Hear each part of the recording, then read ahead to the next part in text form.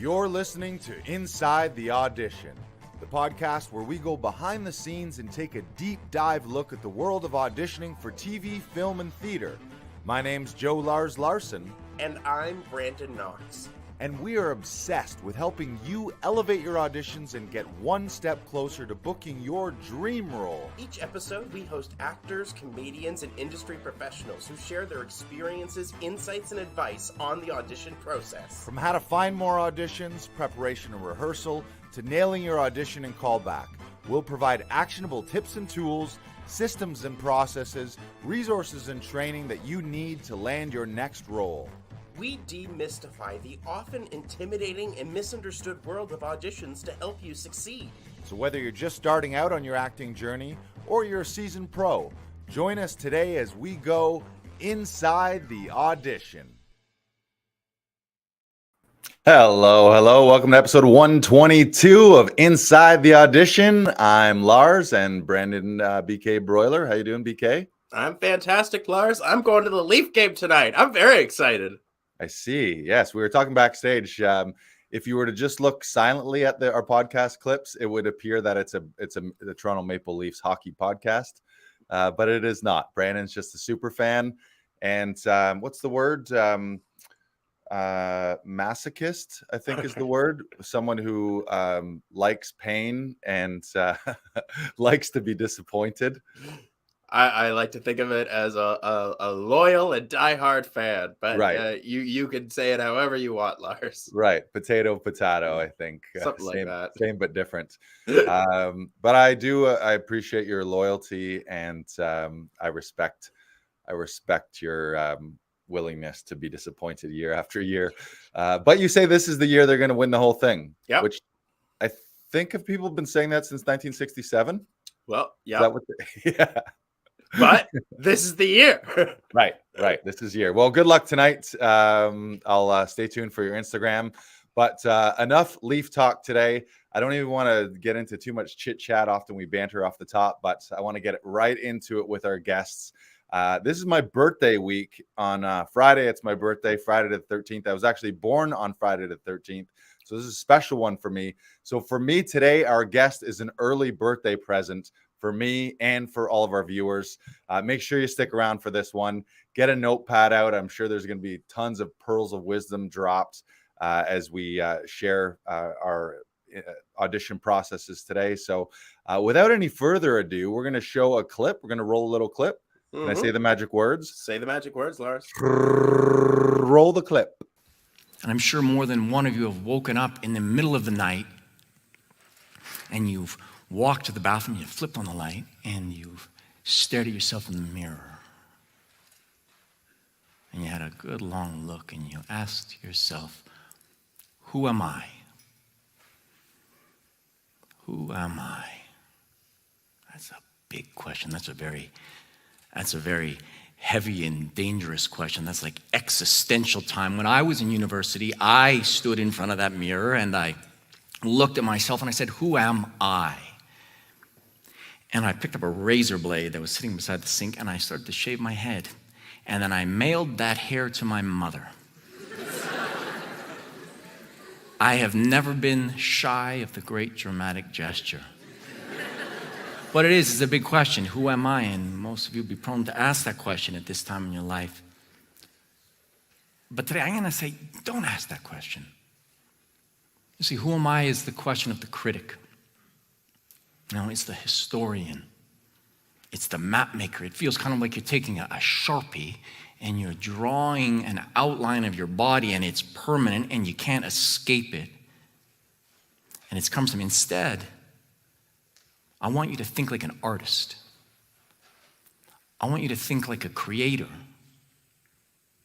I want you to ask the question, who do I want to be? All right, ladies and gentlemen, our guest today, he starred in over 100 films and TV episodes, video games, multiple award nominations and wins. You might recognize him from some of his notable roles as Billy in A History of Violence, or Jeremy Danvers in Bitten, Cobb's Pond in Frontier, or the father in Far Cry. He's also got a very successful TED Talk, which you just saw a clip of. and he's a keynote speaker and a coach himself, coaching a lot of his own private clients. And we are lucky to have him as a member here at Actors Audition Club. Please welcome to the podcast, Mr. Greg Bryk.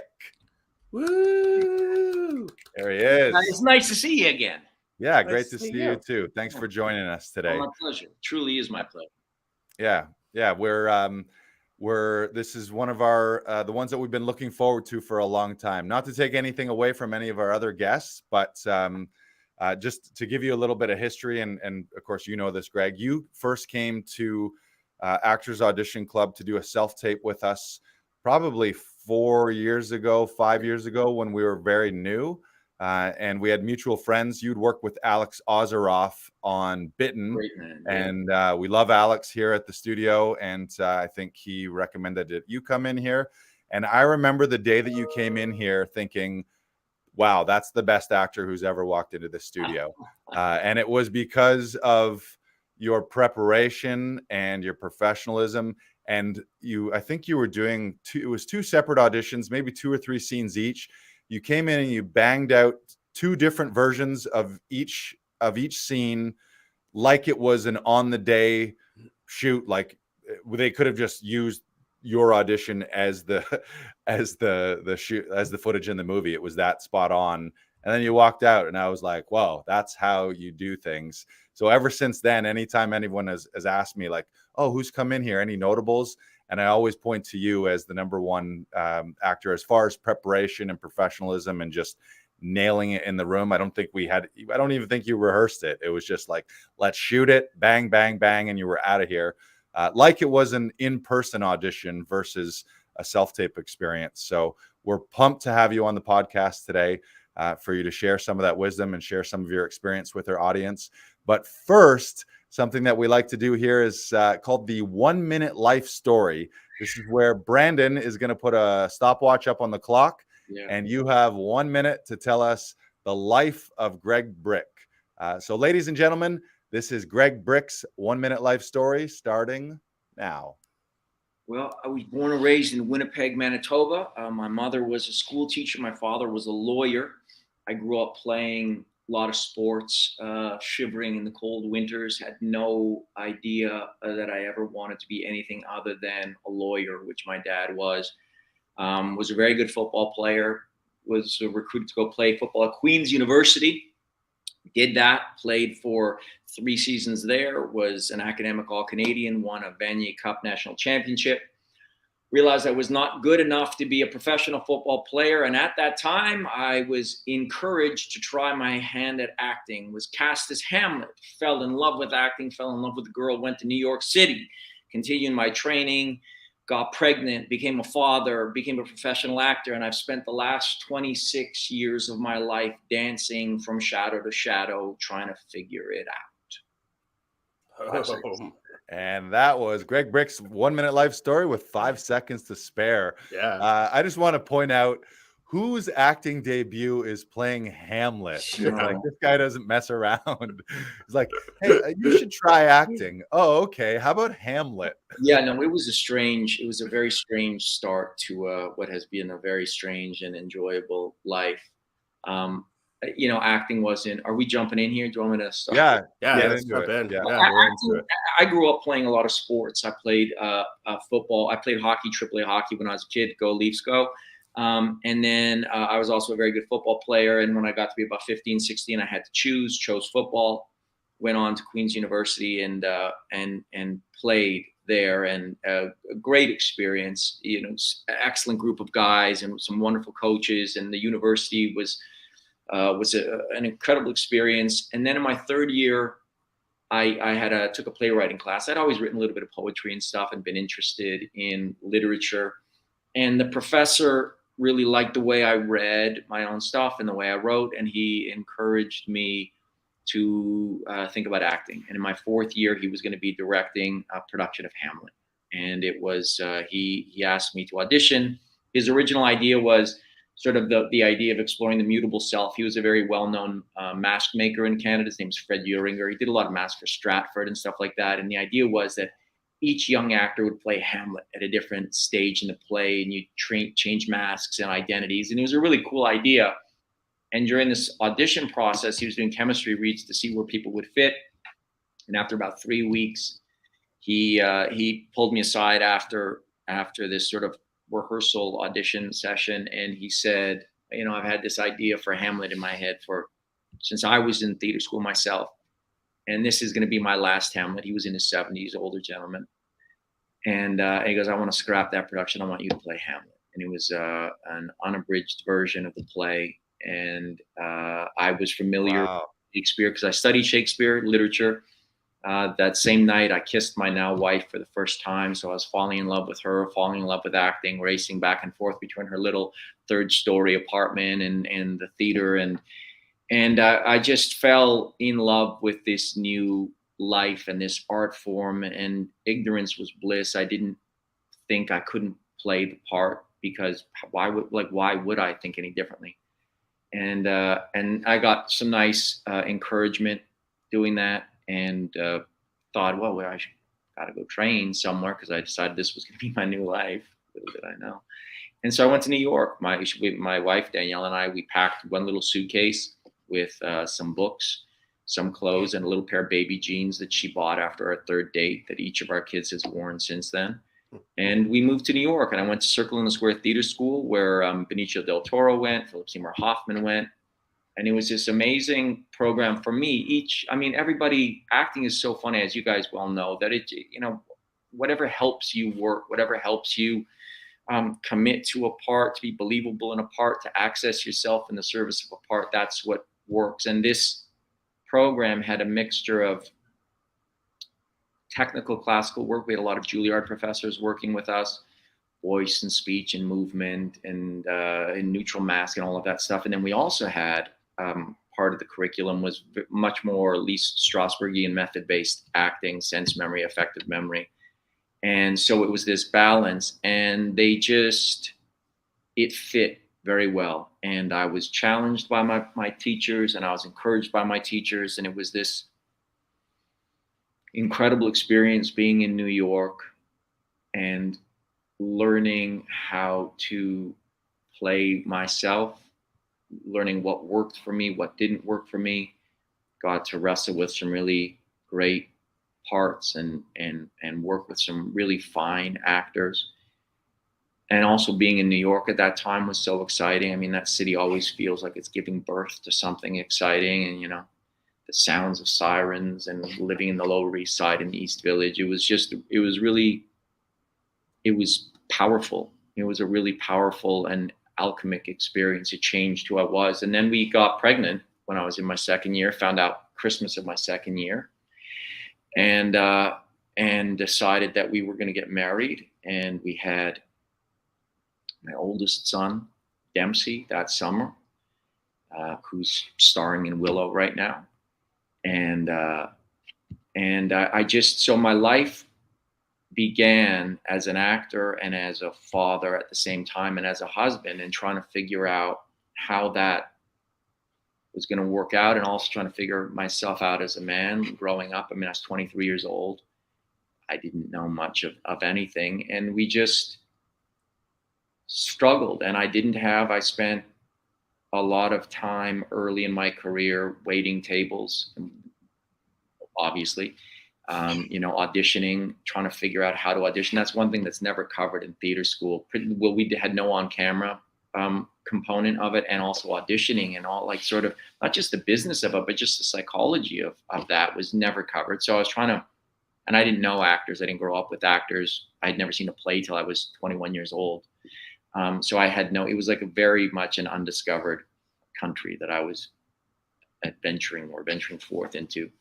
But I figured things out. I went to Stratford, was asked to do an apprenticeship there, then was asked to join their first conservatory, which was another great experience. Being around these young actors and just being immersed in that intense training was fantastic. Got pregnant again, had Billy, my middle son. Shameless plug of him. He's doing press right now for When You Finish Saving the World, his sort of big film debut opposite Julianne Moore in Jesse Eisenberg's first movie. So both boys are doing that. And my daughter is in New York right now in theater school at the Maggie Flanagan Studio, which is a great program there. So I wear their artistic daring and success as a badge of my failure as a parent, because had I been more stable, perhaps they would have picked something normal to do with their lives. But none of us did pick anything normal to do with our lives. And you know, I've spent a lifetime, because the stakes were so high for me. I love acting and I take it very seriously. I don't take myself terribly seriously, but I take the work seriously. And I find those honest moments that you share with another performer in the service of a story, where you really share something of yourself and you don't censor it, and it's not guarded and it's not curated. It's just you. And it's, I always sort of titled it by beauty, not pretty, in acting. Like I feel that we just need to be human. And I think that if we're brave enough to share that, then that's what makes our work worthwhile.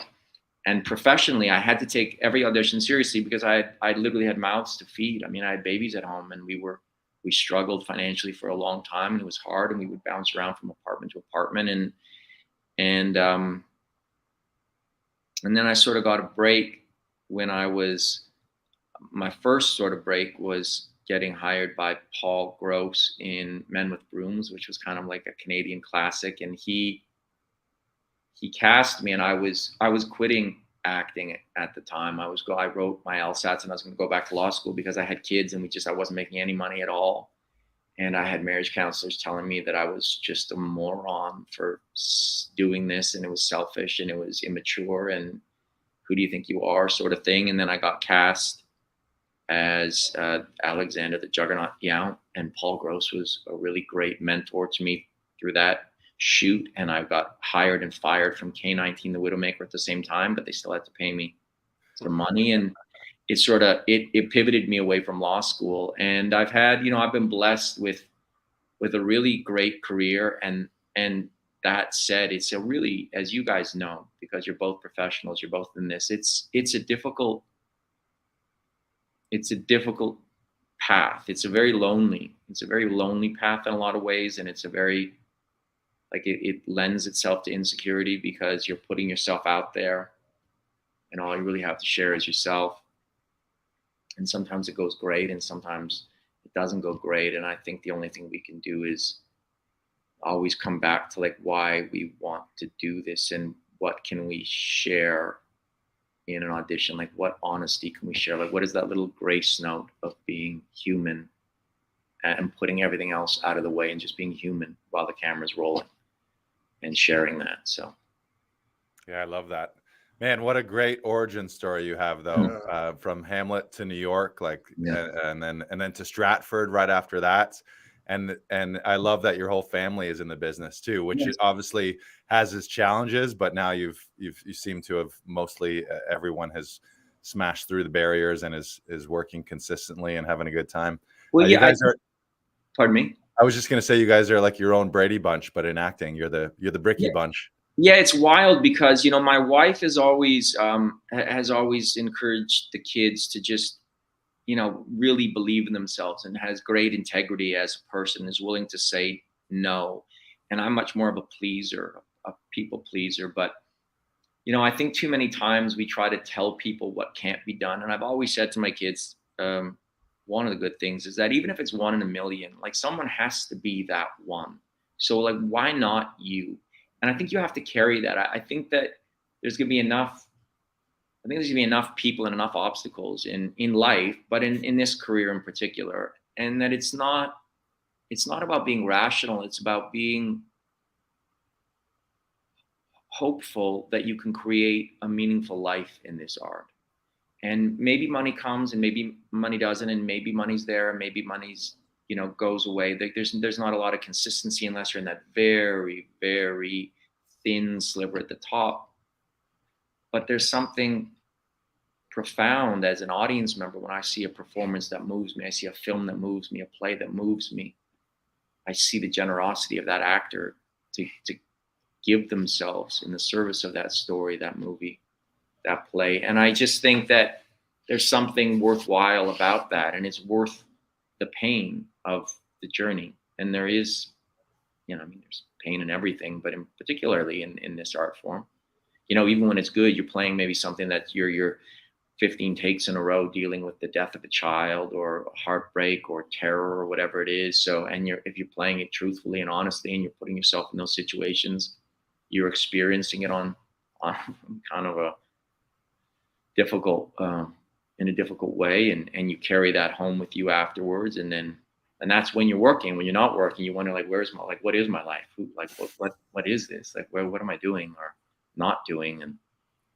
But that said, there's some magic about that walk from your trailer to set or backstage when you're about to step on the stage, where you're doing something you love doing and that you can do well, and that has value.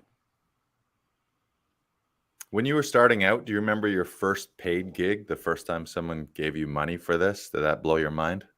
Yeah. There was There was like one of the first we had it was before Billy was born, so I was back in Toronto, so we had Dempsey still, and I remember I got this Molson commercial.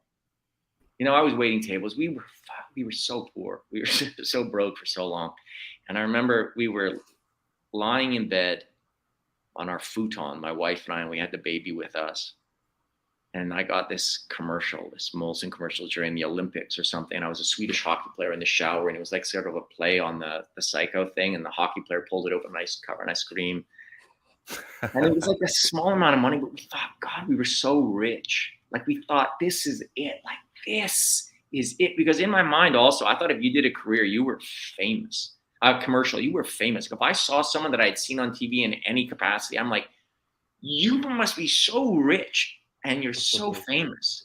And I still get that. I get like, I'm so like, I see someone that I recognize, and it's the Greg from Winnipeg comes out. It's like, it's so foreign to me. But yeah, I remember getting that and thinking, this is incredible. And also at Stratford, when they first offered me to be an apprentice in the season, we were going to move to Stratford. And I remember Anthony Cimbolino, who's now the head of the company, called, and they offered me, it was $400.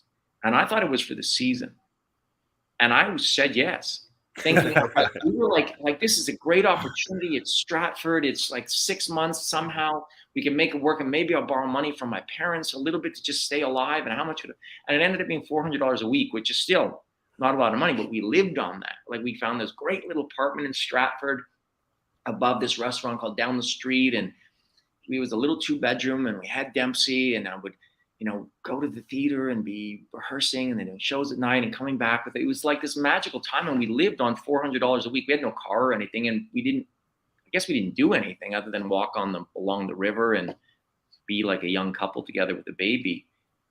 But there was something so pure about that. And I can remember coming home after shows, and they would be asleep, and I would just read like everything I could about acting. Like, I would just read, and I'd go to the library and I'd watch old performances. They had sort of like those microfiche things, and you could find it. And I just was so passionate about it. I'd love it so much, so irrationally so. Like, I just really feel blessed every time. It doesn't even have to be on a set. Every time I walk into an audition room, like, every time I get a chance to do this, I just love it.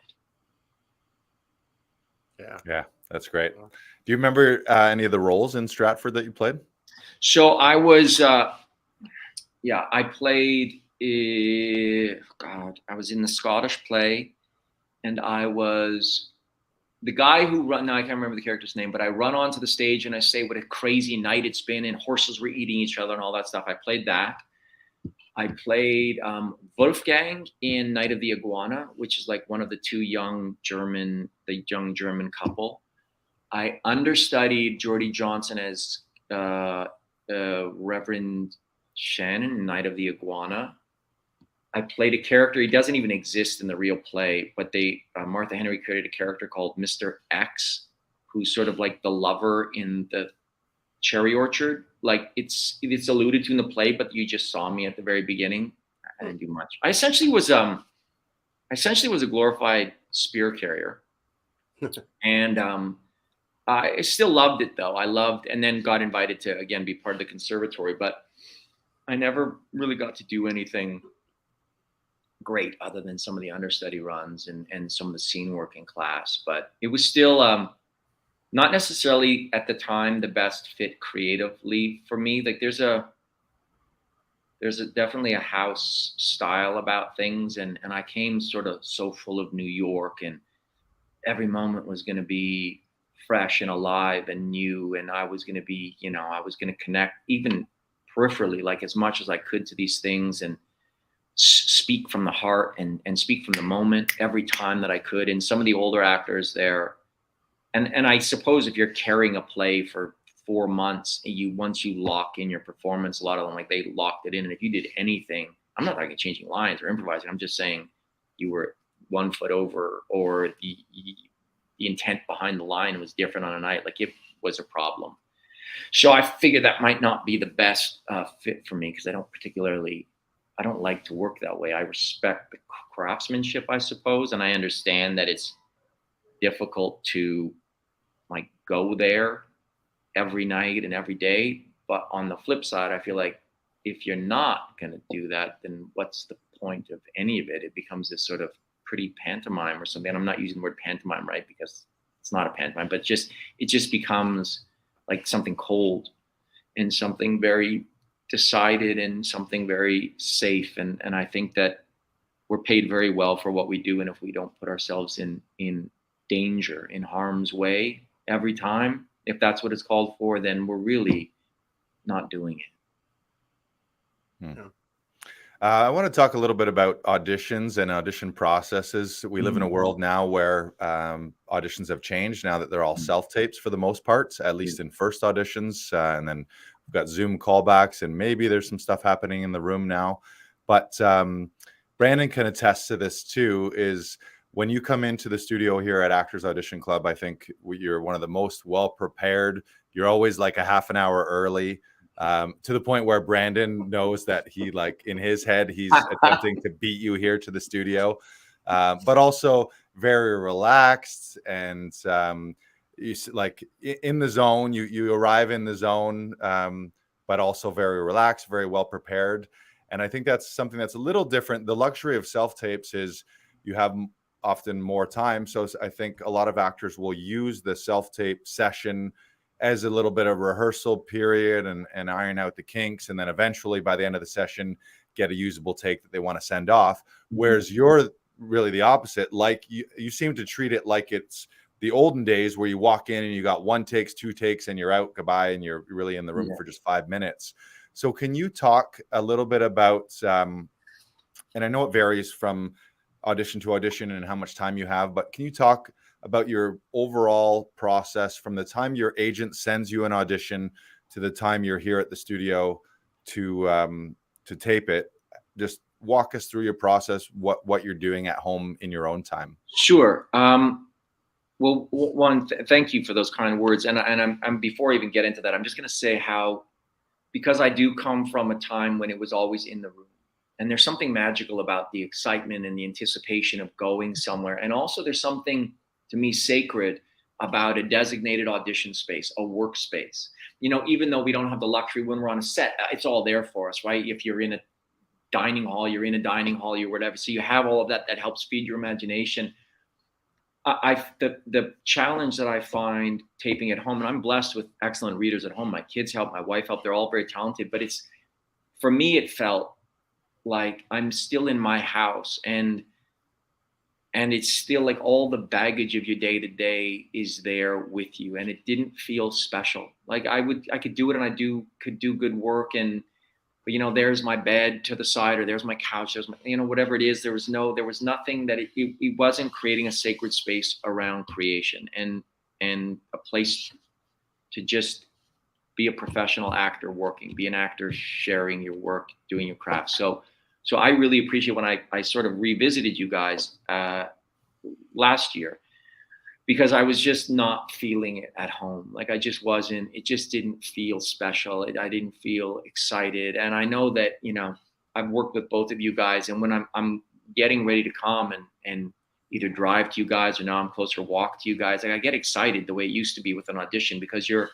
you're with people that care, that are excited about it. The time is carved out. You're not just fitting it in between something else in your life. Like, you're giving it importance. And I think just telling for your own sake, you're realizing this is something important that I'm doing. I'm a professional actor. I'm going to do my work. I'm going to share that, my choices, my approach to this character with people that may or may not hire me. But I feel like a professional actor. And so much of COVID and not being in a room with the guys, it really hurts. We had this community, right? Like, and you guys know there's a community of actors, and you see each other in the room, and you touch base, and you know he's doing this and she's doing that and they're doing that, and it's you felt like you were part of something. You felt like you were part of a profession. You felt like you were part of an industry.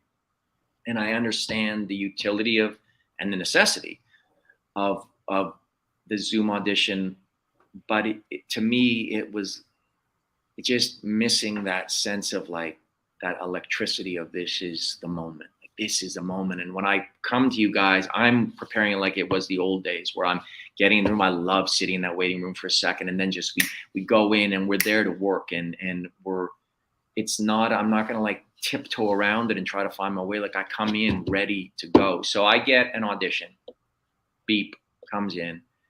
I will read a little bit the character breakdown, just so that's somewhere in the back of my mind. I'll start going over the script and start like hunting for similarities, what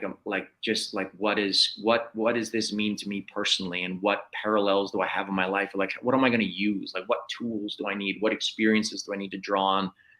Sometimes something's written so charismatically that you just like it, you just memorize, learn your lines, and which I always have to do. Some actors, and I've seen, be great. They've got the paper in front of them, and they're just, and they're great. They're relaxed. They're easy.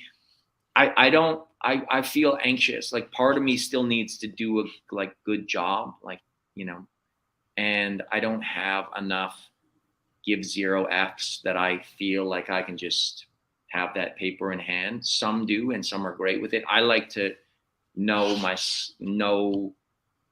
the words forward and backward, to really have them in. I have no idea how it's going to come out on the day, in the moment. Because I love to play off somebody. I love to see what you're giving me, what Brandon's giving me, and just play, like, really connect with the person. Let that be, if you're really trying to affect them, if you're really trying to have this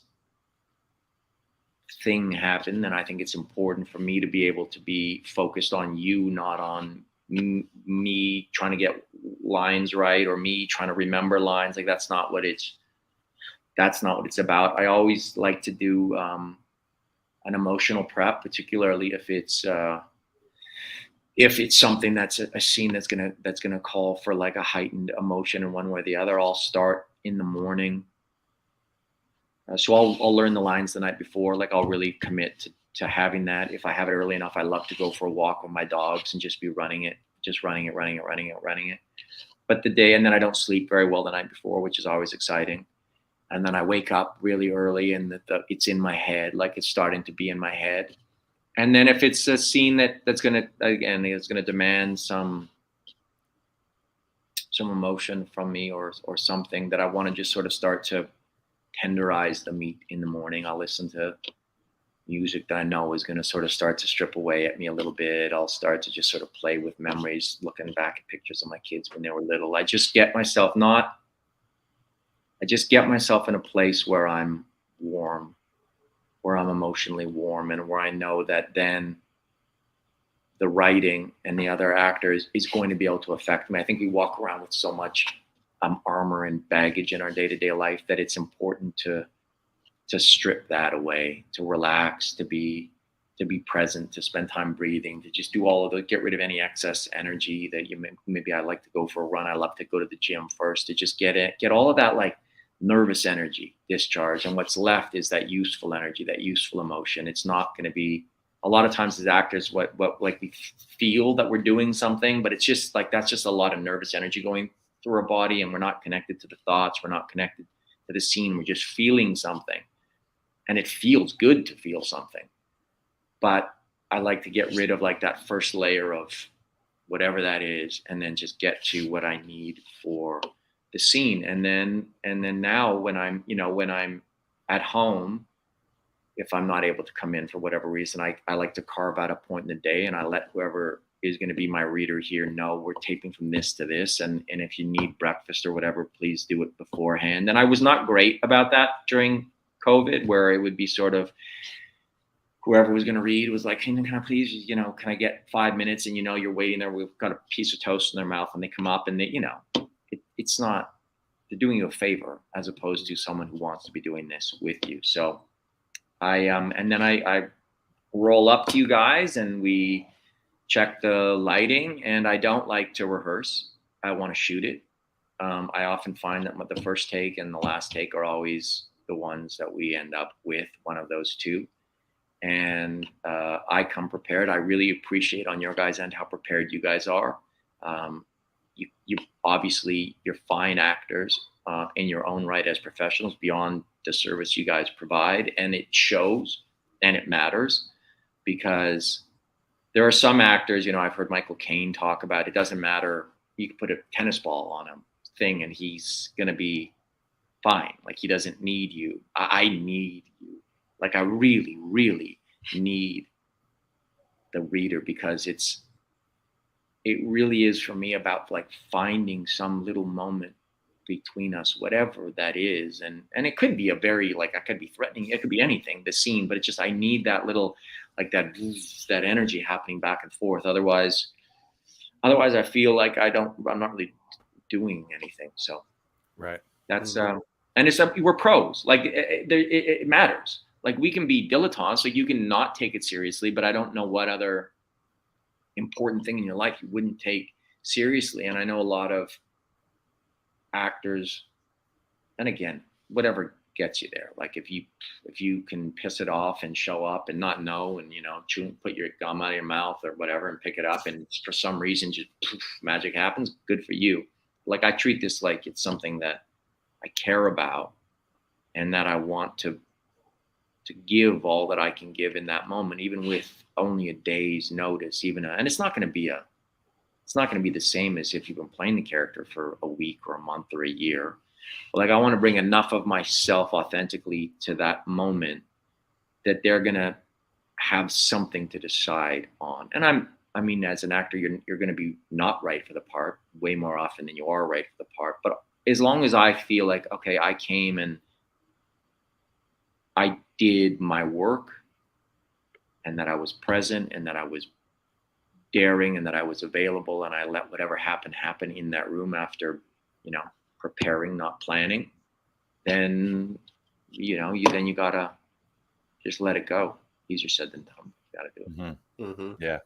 I love the fact that you make it something special and you make it a ritual. We often talk, not only here at Actors Audition Club, but also with one of our coaches, Tom Todoroff. We talk about the importance of a checklist and just going into a plan and a checklist, and using a system like a pilot does when they're about to take off, or like a surgeon does, where it's or like an athlete does, where it really is, okay, it's go time, and I'm a professional, and these are the things that I do to get myself ready, and then it's showtime, and we record. So I love that you do that, and we have a really unique perspective, because we get to see all kinds of actors, all kinds of experience levels, who, like you say, everyone has their own process, but we do occasionally see someone that, like, we'll see someone who just got the audition last minute.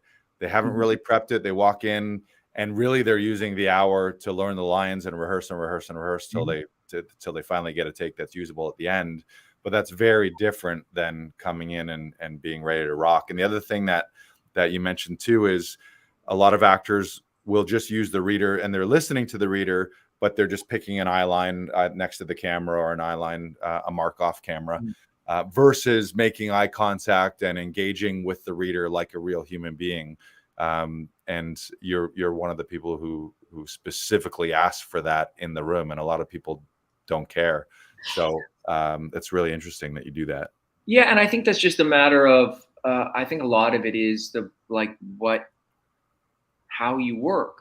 And I've seen very fine actors that don't need or want anybody. Like when I'm on set, I'm a huge proponent of what the performance I'm going to give on this side of the camera. When I'm your off camera reader, I'm going to that place every single time. And if like, that's to me part of the job. And I know some actors that are like, well, no, just save it. Like, I don't, and I'm like, oh, well, no, but thank you for that anyway. But so it's interesting. Like it's because it's so personal, because it's really us at the end of the day. Like I don't, who am I to say what works for me works for somebody else, or what works for them would work for me? I don't know, but I just know for myself, and what I've tried to impart in my kids is this sense of honest communication and vulnerability, and not self-indulgence with it, but you really have to try to create that experience for yourself that the character is experiencing it, like for real, and the audience feels that. Like, I mean, we might be delighted by being tricked or manipulated or whatever, but I think that when you feel that, sometimes you're in the theater and it's like, oh, are you watching TV and you just know, and it doesn't have to be just sad stuff. I mean, it can be whatever it is. You just know that that's for real. Like that actor's intention is for real. And it's thrilling, because we rarely get to watch those great moments or those intense moments unfiltered and shared with another person. Yeah, because I always find it's the improv moments in film that we always keep talking about, like the Heath Ledger moment in The Dark Knight, where he's tapping the explode button and it didn't go off, and he's hitting it and hitting it and hitting it, and then it finally does, and it startles him. Yeah. Oh yeah, for sure. It's such an authentic moment. It's such a beautiful thing, and like that doesn't happen unless like those series of events happen in that order, and that's what's so beautiful, is that we get to create that type of thing with someone else and with a team. And like that's what I always gravitate towards. Yeah, and I think that that's the thing about being present and being like open to whatever happens in the room, is to be able to play with that and off of that, because it is real. Whereas I would think that if you prepared what you want to do and how it's going to go, you don't leave room for those magical accidents where just, you'll do something or Lars will do something and your subconscious just has a thing and a reaction and a whatever. And it just, you come alive in a way that's beyond being like a good actor. And there's like something just organically and dynamically human and accidental, which is thrilling to watch, because no matter how skilled you are and how committed and how honest you are as an actor, you're still acting, except in those moments when you let yourself be surprised. And those are gold, man. Like that give me a broken take every time, an accidental just grace note that pops in when shit goes sideways, but you're open with it and you ride. It's kind of exciting. Right. Yeah. We always talk about that happy accidents where a prop is dropped or somebody knocks over a lamp off a table, and the difference between an actor who ignores it versus the actor who uses it, and then all of a sudden the scene comes alive because you're like, oh shit, this is real. Yeah, that actually just happened. Yeah, to stay with it and not be like, this is not what I thought would happen, or not what I expected, or not what I planned, but just like, this is like, to be in the now as a human being. It's a great, to be present is a difficult, and it's a great quality. We like that. The people we like most are the ones that are present with us and just there. And as an actor, that's what you're always striving for, is to just be present with that other person. And everything else, there could be hundreds of people on the crew and cameras and whatever, but when they're ready to go, it's you and another person sharing sometimes the most intimate moments of your life, vulnerable moments of your life. And if you can just be present with that, it's a hell of a gift. Right. Brandon, I know that you've worked a lot in the room with Greg. Anything else you want to bring up or share? Anything coming up for you as far as your experience? Greg touched on it. I love connecting with you in the scene, and like it really helps me bring it off the page as quickly as possible, and make sure that I'm getting to a faster point at absorbing the words and really listening to what you're saying. And I always look forward to you coming in, because I'm like one, you show up very, very early, and and I'm always fighting to beat you here, which is like an added bonus for like coming here, which is always really fun. It's always a race to see who gets here first. I'm just excited. Like, I love it. Like, I can't wait to get after it sometimes. Like, some auditions, you just can't.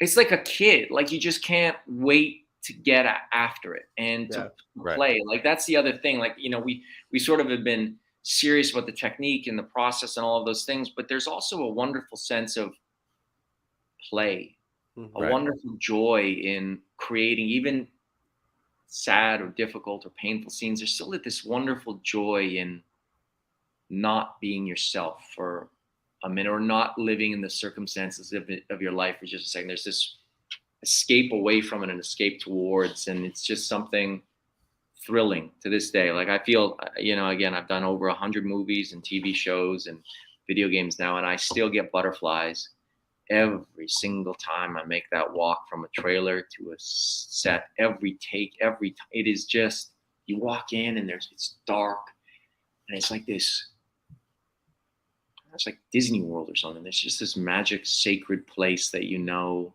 anything can happen. I always look at it like a hole or like a tunnel that I'm going through, and then you're stepping over the threshold and going through, and then going out on stage, and you're right, it's the most magical feeling in the world. So addicting too. Like, this is why we put up with all the other nonsense around it, and, you know, ups and downs and career highs and lows and, you know, all of that stuff. But there's just something so thrilling about that, and it doesn't have to be a huge production with, you know, all the big trailers and all that stuff. It can be a little independent film or a little space, little stage somewhere where you just get to do what you love to do, and God, we're lucky to do it. Yeah, it's a bit like golf that way. You can all the ups and downs, all the shanks and missed shots, but then you get a hold of that one drive or that one iron, or you sink that long putt where you're like actually dialed in, and you're like, oh, I'm going to come back and play again next week because this is beautiful. Well, thank God I'm a better actor than golfer, because my family would have starved to death long ago. What was I going to say too? Just mentioning Brandon. Brandon always wanted to beat you here to the studio. One time I was taking Luna, my dog, out for a walk, and there's a little parkette out here, and I was on the far side of it, and I clocked you walking, and I text Brandon, and I was like, Greg's on the way. Where are you? You're gonna beat him to the studio. Well, from now on, I'm gonna cut it a little bit closer, but not too close, because I like. The thing is, and again, we've talked about this, even though it's not a room full of other people competing for that role. I love sitting in that waiting room, and you've got, like, your setup is, you've got those books that are all interesting to me, and it just feels, we spend so much time as actors in our own houses and in our own heads, and when you get those opportunities to be in the spaces that are acting spaces, that are designated just for creation, that are, you know, it's nice for me. So I enjoy sitting in that waiting room beforehand, in the same way that, because it's a sense memory for me. Like, I remember that this is where we come to do work and to see each other and to compete against each other, but also to support each other. And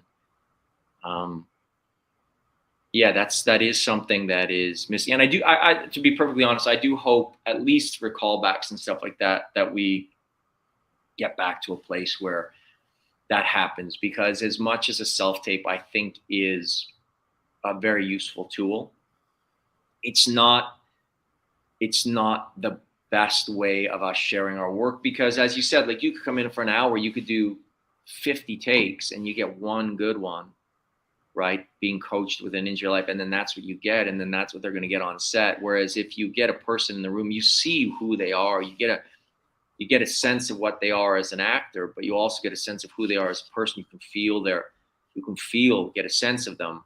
And I do think that is important in this business, because of the nature of this is a communion business. This is a human sharing humanity with each other business.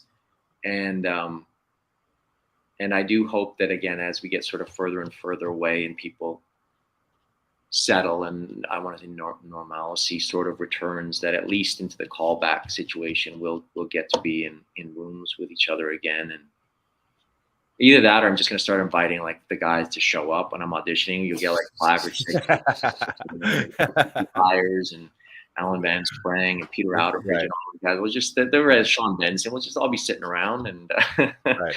show up for each other just to make it more nerve-wracking. All the usual suspects. It'd be Yeah, like, the oh, usual- that guy yeah. again. Yeah. I mean, but that's the thing. Like you spend a lifetime. I've been in Toronto since we left New York. I've been in Toronto for 23 years, and it's the same faces you saw. You came up as boys, and people's careers would be higher or lower, and they would, they'd be married or divorced and kids and like all of that. And even though we were competitors, we were all fighting for the same jobs. We were in it together, Right. and you just had a sense of knowing each other, which is special. And I do appreciate you guys in your way have created an approximation of that. And I do appreciate having a space to come and work with people that care about acting and are talented and have a passion for it, really. Thank you. Yeah, and that's one of the things we've always strived to make, is that it's an inviting, fun, professional, but not cold or sterile here. So that it's always about play, and it's about being creative and having a real clubhouse, fun house type atmosphere, but professional enough that okay, we're here to do good work. But and the red carpet outside and things are great. Right. Like, no, I love it. Like, it just, again, it creates a heightened sense of like, oh, Right. this is kind of magic. This is movie magic happening. It's, I mean, I'm a sucker for that for sure. Like but I love it. I love it. Well, we're all suckers for that. So I want to talk briefly your role in Far Cry, because that was a video game, which is a little different. Can you share some of that experience? Were you doing the motion like motion capture and all that? Yeah, it's interesting. I found out after the fact that they had been looking to cast that character for a couple of years, and they just couldn't find anybody, to the point where they were actually not knowing how they were going to go forward with the game. And then I can't remember what year it was, but it was before Christmas. My agent called and said, hey, there's this video game franchise. They didn't know what there's this video game franchise, Ubisoft project, and they want you to come in and read for it, for a couple of parts, actually. I said, no, because I grew up playing Tecmo Bowl, and I was so ignorant as to what video games were. I couldn't imagine that it'd be anything I'd want to do. And I had, this film career going and TV. And I'm like, a video game? Are you kidding me? And then, so I said no. And then my agent called me back again and said, well, will you read at least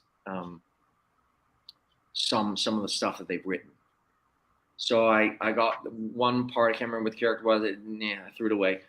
And then the father, it's the monologue that is part of the game now, where I talk about being, I was 23 and I was a nobody from nowhere, and we find out we're pregnant, and my wife, and I'm working, and I'm just overwhelmed by the idea of the responsibility of being a father. And my wife goes away and goes when I'm having a nap on the couch, and she gets killed, and I go to the hospital and I see her dead body, and then I go in and my daughter's there, and God tells me that I have to make a choice, and I take her little breathing tube, and anyway, it blew me away. The writing is so beautiful and so powerful. And I also was becoming a father at 23, and I was like this nobody from nowhere in theater school, never had a role, like nothing. And it was so overwhelming. So it really resonated with me.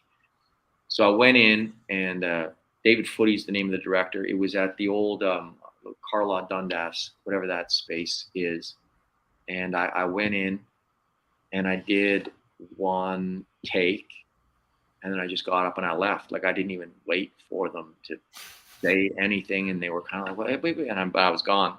And then I got a call, and Dan Hay, who's the creative director of the Far Cry franchise at the time, he's since left Ubisoft, but we did a little, they wanted to see me do some of the preaching, because like the intimacy, yes, they wanted to see if I could fill out the space. So I did some work for them, and then they flew me out to Montreal. They offered me the part. They flew me out to Montreal, and they sort of expanded and explored and explained the world to me, and they had amazing visuals, and I was in the Ubisoft building there, and it was amazing. I was so blessed to work with that creative team, and that's the only experience I've ever had in video games. So I don't know what it's like for other people, but I found the writing was so compelling and so disturbing and unsettling, and it resonated with me in a lot of obvious ways. So we started to create this character, and we would shoot, and then they would write more specifically for me. And even the idea of the discipline of mocap. So, you know, you guys, you got the helmet on, you got the camera right in your face, and the lights and the dots, and then you've got little balls all over your body, and they're motion capturing you as you work in the space. And it's kind of like this theater work mixed with the camera right there, so it catches the intimacy. But it was definitely, it took a minute to get used to it. They were so accommodating though for the really intimate scenes. Like there's a series of monologues I give when each of my siblings has died. And because it's a big space and I liked some intimacy, they built these, like they would build a room essentially around me that the cameras could still see through, but it felt like I had a wall behind me and things. So it was, I felt safe.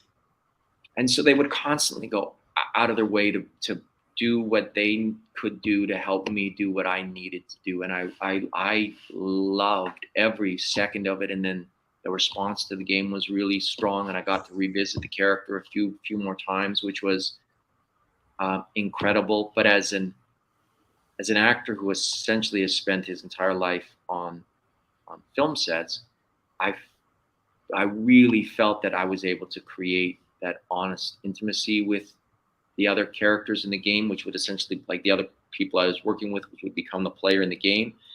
And then the skill and the technology they have, where you could, you know, you put it side by side of the performance I gave on, it would be filmed, and then how it was rendered in the game was beyond like the technical proficiency of making everything look so believable.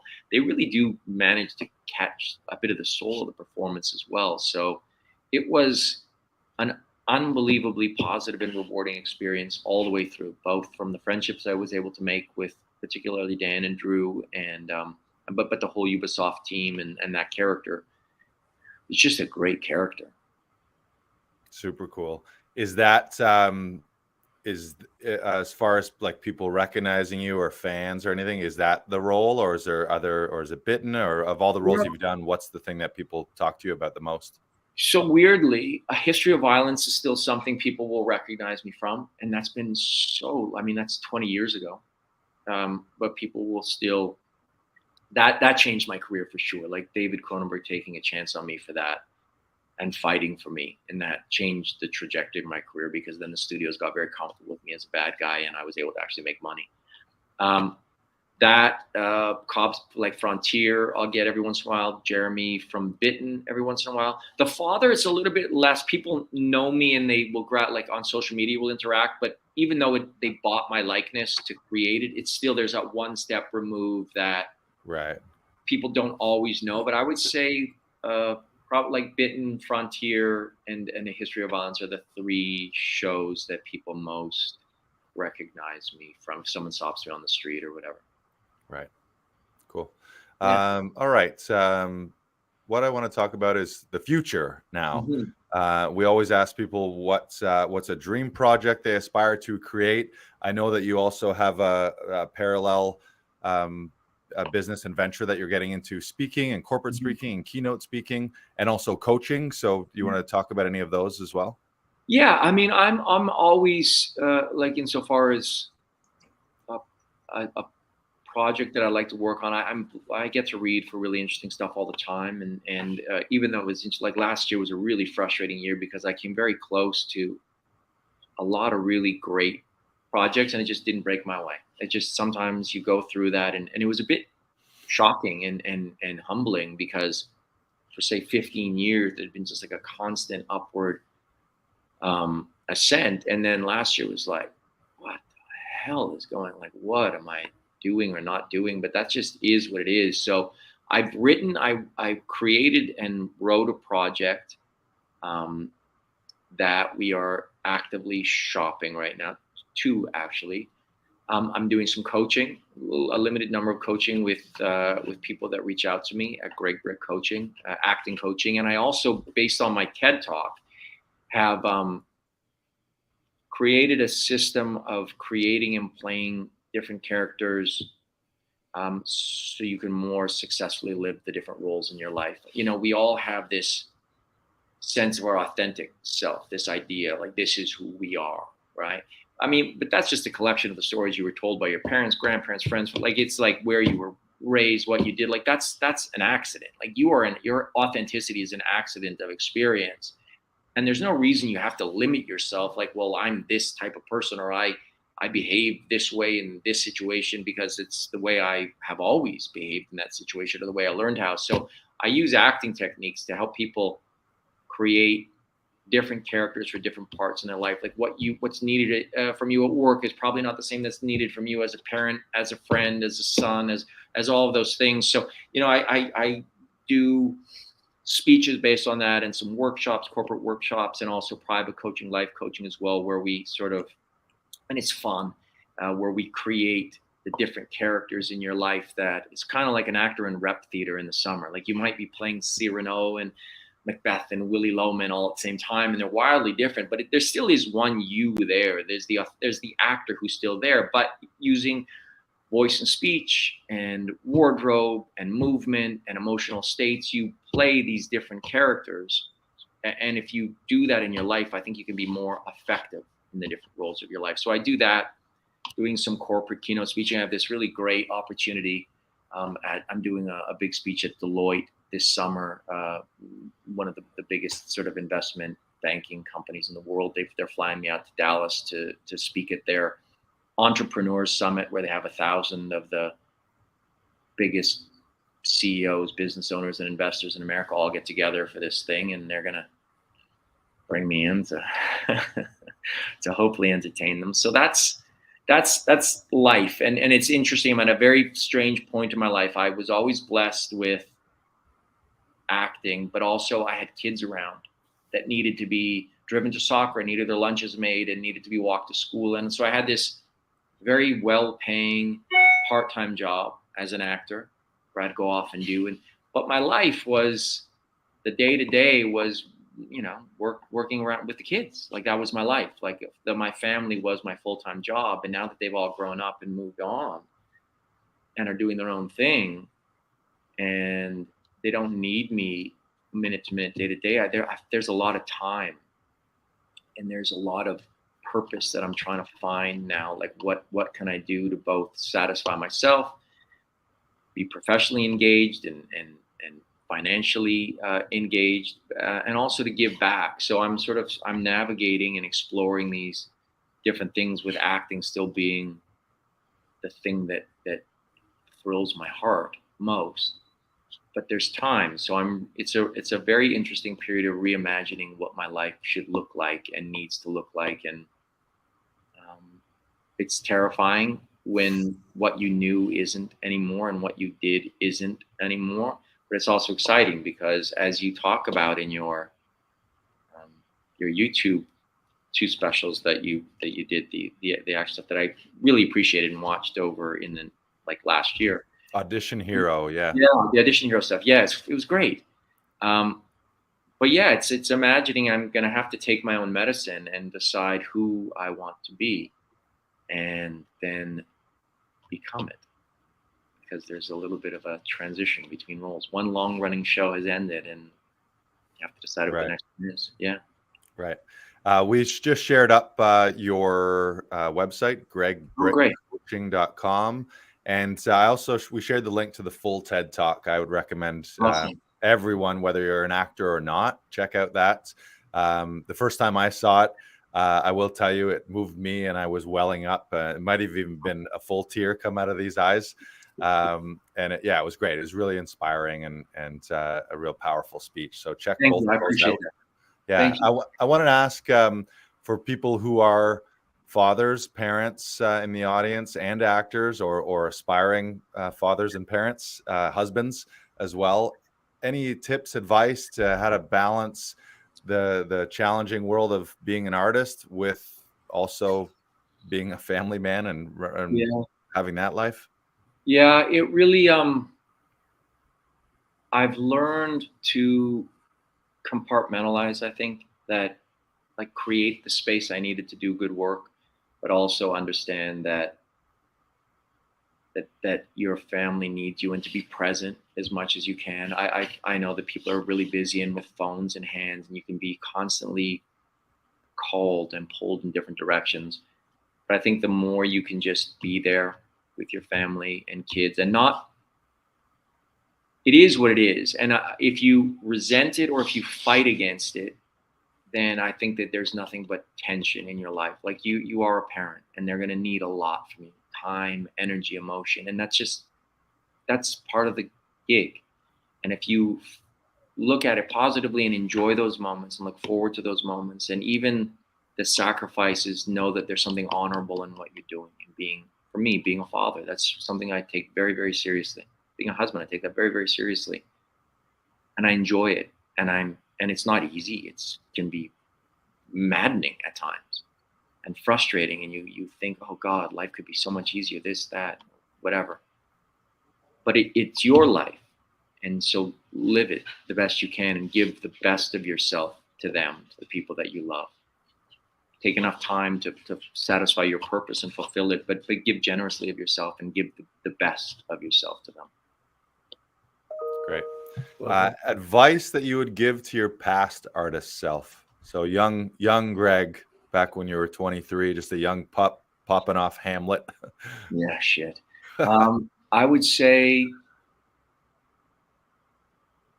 care, but don't feel the need to please people as much. Like really do it for you, not in a selfish way, but in a confident, authentic way. I've spent too much time worrying about other people and thinking that if you were only nice enough or accommodating enough or whatever enough, if you could just, put enough sugar on the spoon, that it would make it okay. And it really what it comes down to is do really good work and to have confidence in yourself. And there's going to be moments of doubt, but make the effort to remind yourself of why you're good and the good things you've done. And if even, I got to be honest, like I'll go back and remember performances that I really liked, and I'll watch stuff to remember that, oh yeah, I can do this, and watch great auditions. Like you need to keep putting the table legs under the table, because it's very easy to doubt yourself, and it's very easy to second guess things, and there's no way forward looking backwards. So I would just tell myself to give less fucks and just give more fucks to what they need to be given to. Yes. Be careful where you send your fucks. Yes. Yes. Yeah. Exactly.